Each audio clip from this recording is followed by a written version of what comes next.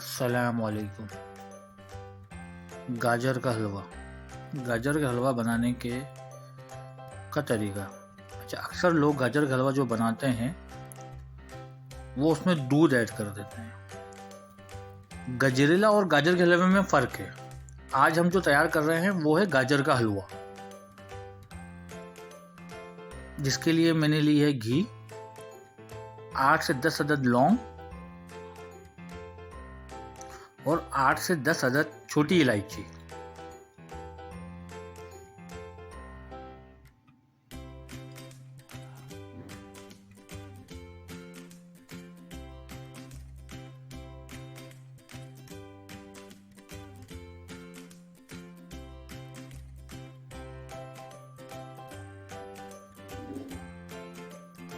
अब मैं इसे हल्का सा फ्राई करूंगा कि लौंग और इलायची की खुशबू मुझे महसूस हो।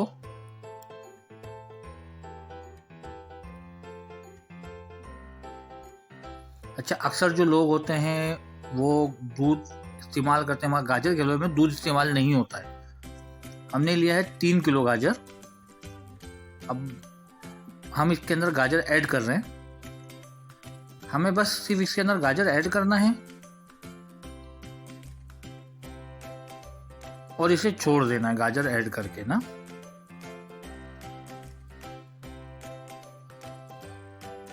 अब हमारे चैनल को सब्सक्राइब ज़रूर करें, बेल के आइकन को भी प्रेस करें, शेयर और लाइक भी ज़रूर किया करें और अब कमेंट में अपनी राय ज़रूर दें हमें।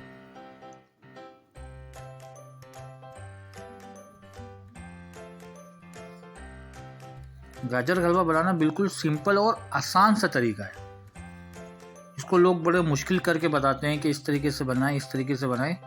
ऐसा नहीं है, बिल्कुल सिंपल और आसान तरीका है गाजर का हलवा बनाना। मैंने सारा गाजर अब इसके अंदर डाल दिया आपके सामने। अब मैं इसे मिक्स कर लूँगा अच्छी तरीके से।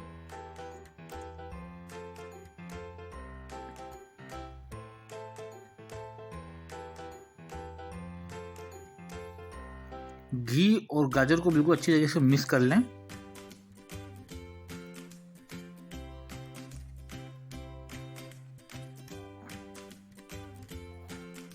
और आप हमें अपनी राय ज़रूर दिया करें।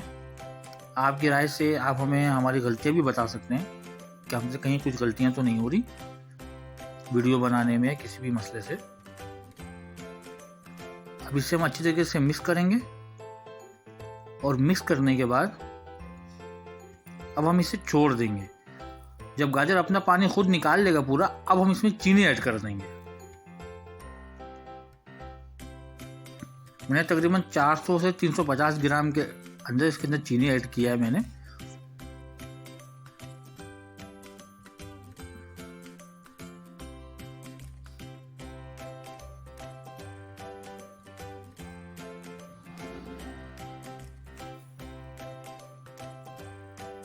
अब हम इसे अच्छी तरीके से मिक्स करेंगे चीनी को।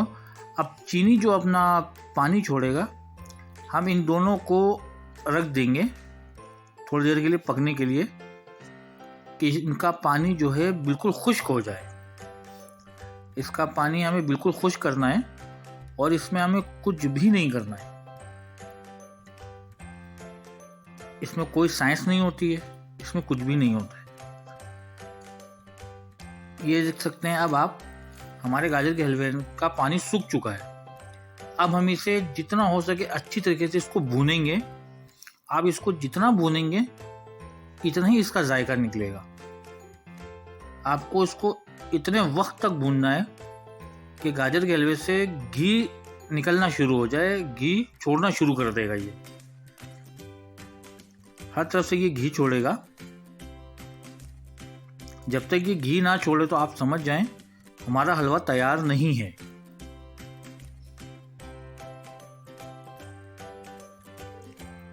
अब हम इसके अंदर खोया ऐड करेंगे।